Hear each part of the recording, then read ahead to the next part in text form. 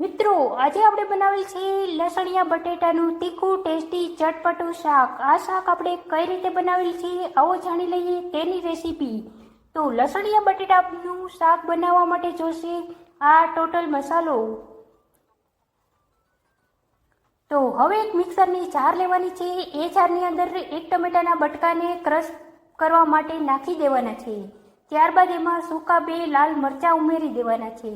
હવે એમાં 2 લીલા મરચાંને ટુકડા કરી અને સાથે ઉમેરી દેવાના છે અને અડધી વાટકી લીલા લીમડાને ઉમેરી દેવાનું છે.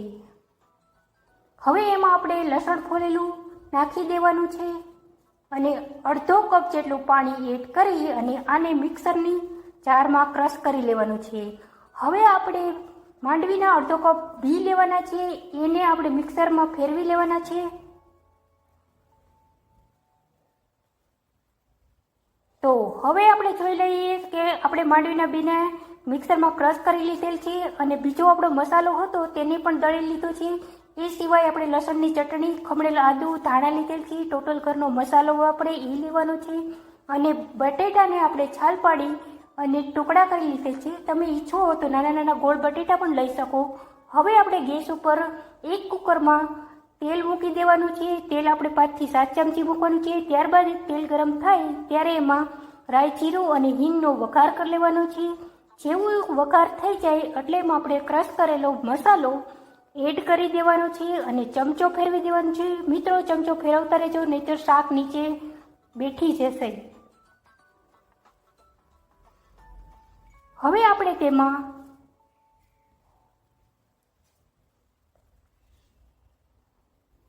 લસણની ચટણી એડ કરી દીધી છે અને એને ચમચો ફેરવી અને મસાલા સાથે મિક્સ કરી લેવાની છે.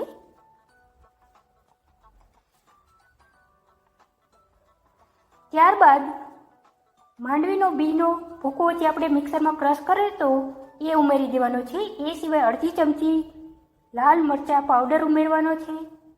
1 ચમચી હળદરનો પાવડર ઉમેરવાનો છે. અડધી ચમચી મીઠું, અડધી ચમચી ધાણા જીરું ઉમેરી અને એ મસાલાને મિક્સ કરી લેવાનો છે. મિત્રો, તમે આમાં ઈચ્છો તો ગરમ મસાલો પણ નાખી શકો. એ સિવાય હિંગ અને 1 ચમચી જેટલી ખાંડ ઉમેરી દેવાની છે અને ખમણેલું આદું અને ધાણા નાખી દેવાના છે. ત્યારબાદ ચમચાથી મસાલાને ફેરવી લેવાનો છે. મિત્રો, તેલ છૂટું ન પડે ત્યાં સુધી આ મસાલાને ફેરવતા રહેવાનું છે. હવે આમાં આપણે ચમચો ફેરવી લઈએ જેથી નીચે બેસી ન જાય શાકની ગ્રેવી.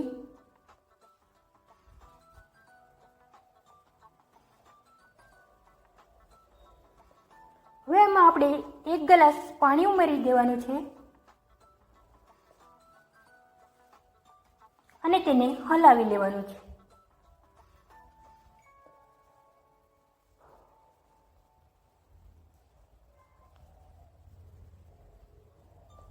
ગ્રેવી જેવી થોડી વાર માટે ગરમ થાય ત્યારબાદ આપણે એમાં ચમચો ફેરવી દેવાનો છે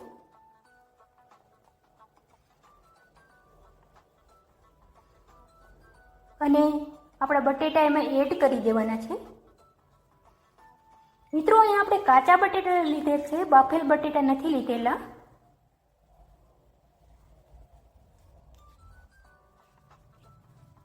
ત્યારબાદ આપણે એમાં અડધો ગ્લાસ પાણી ઉમેર્યું છે. ટોટલ આમાં આપણે 1.5 ગ્લાસ પાણી ઉમેર્યું છે અને હવે આપણે એને 3 સીટી કુકરમાં કરી લેવાની છે.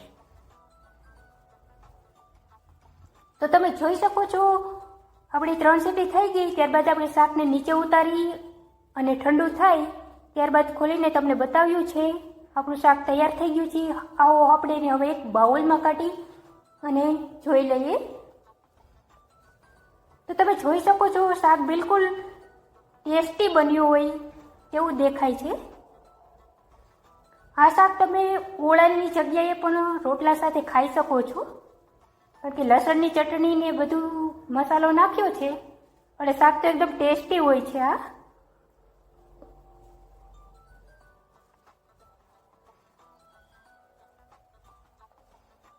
હવે આપણે એમાં ધાણા એડ કરી દીધેલ છે. મિત્રો, આપણા લસણિયા બટેટાનું શાક અને 3 પડવાળી રોટલી તૈયાર છે.